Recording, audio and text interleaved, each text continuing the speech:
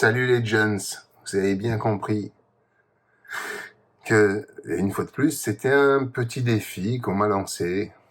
Mais bon, moi, j'ai peur de rien. Je me lance. Donc voilà, ce petit enchaînement pour prouver comme quoi je m'y intéresse et que quand on veut, on peut. Et il me manque toujours, par contre, un truc, ça je ne sais pas du tout comment on fait. C'est mettre les effets très spéciaux sur les vidéos. C'est les gueules tordues comme ça, là. Avec la webcam de l'ordi, je pouvais le faire.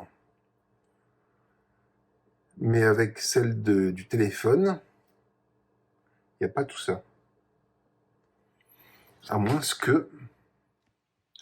qu'on filme comme ça. Mais je suis pas sûr du résultat. Toujours est-il que, bon, à ma foi, un petit peu plus à chaque fois, et on finira bien par y arriver. Isn't it? Sans transition aucune, j'ai oublié de vous présenter cet instrument qui s'appelle le kazoo, K-A-Z-O-O, dont l'invention revient à un esclave afro-américain des années 1840, répondant au nom de Alabama West. Invention qui fut reprise donc par un horloger américain d'origine allemande du nom de Thaddeus.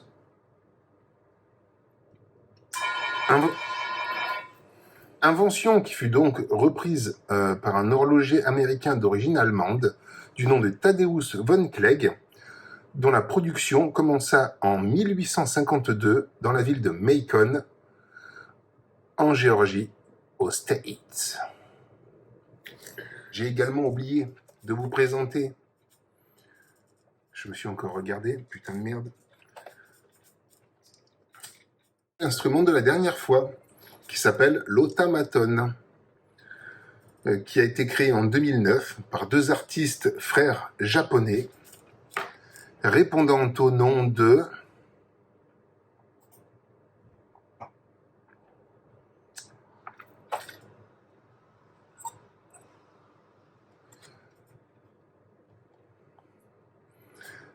répondant au par deux putain de merde.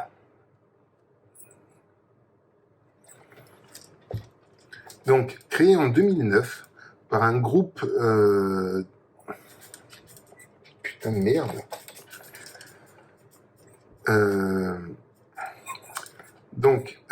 Créé en 2009 par un groupe d'artistes composé des frères Masamichi et Nobumichi Tosa.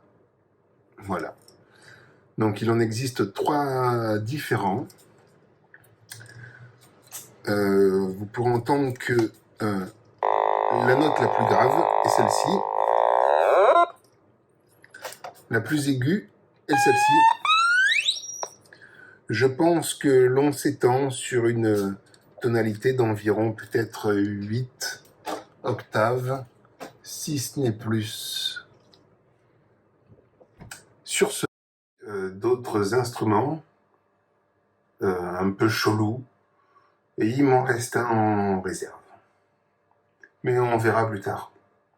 Je n'ai donc pas tout raconté la première fois sur ce qui me passionne, parce que comme je vous l'ai dit, j'aime énormément de choses. Il y en a une, plus que d'autres, qui va paraître bizarre pour certains, rigolote pour d'autres, mais qui pourtant passionne beaucoup de gens. C'est, comme on appelle ça sur Internet, la chasse aux fantômes. Et ça fait maintenant 2 ans que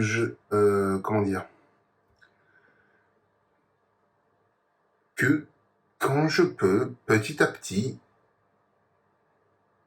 je fais l'acquisition de matériel pour le faire.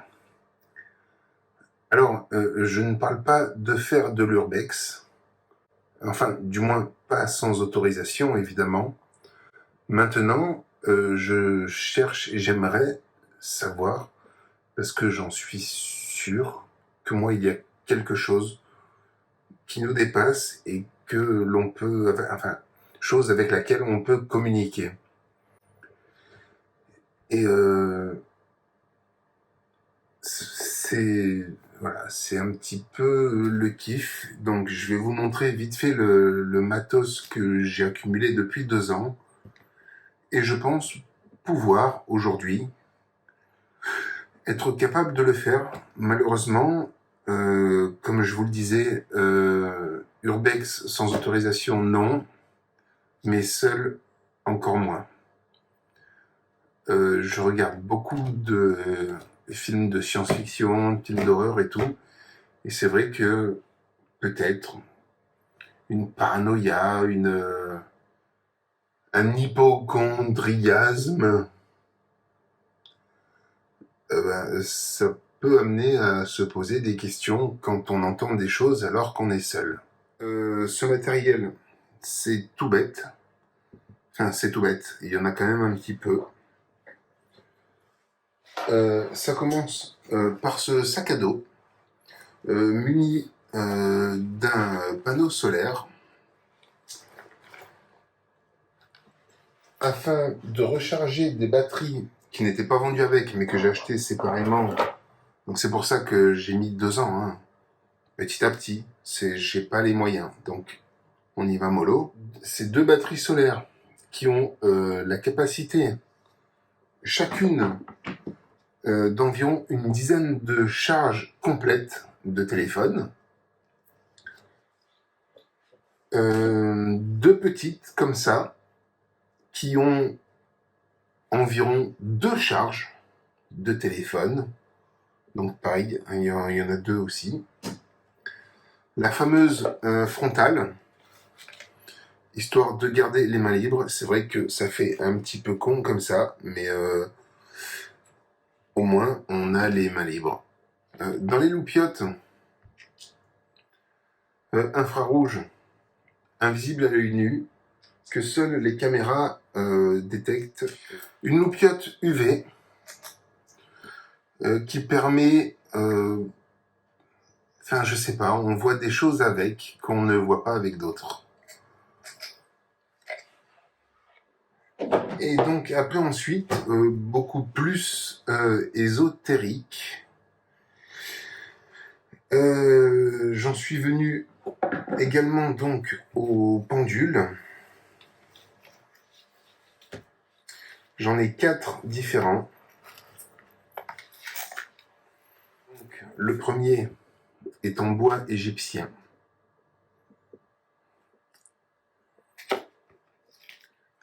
Le deuxième est en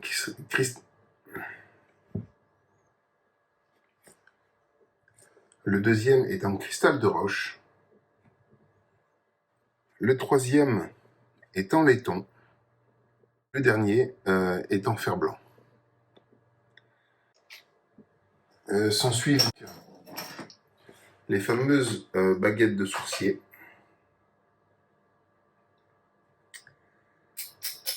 En laiton, évidemment.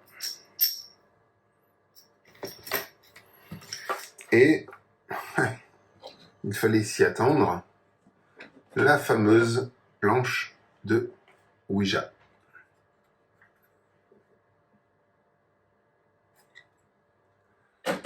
Passons ensuite au matériel technique. La fameuse Spirit Box. AM/FM avec ou sans captation des ondes de radio, différence de température, lumière. Le sensor. Fréquence électromagnétique, électrique, pareil, différence de température. J'ai également une mini caméra embarquée, Full HD. Mais encore, pour ceux qui me diraient « Oui, mais Si tu filmes avec le téléphone et l'oreillette, comment vas-tu faire pour le recharger? Ah D'où l'acquisition également d'un mini chargeur à induction. Quand on est à court de jus, il vaut mieux ne pas être à court de jus.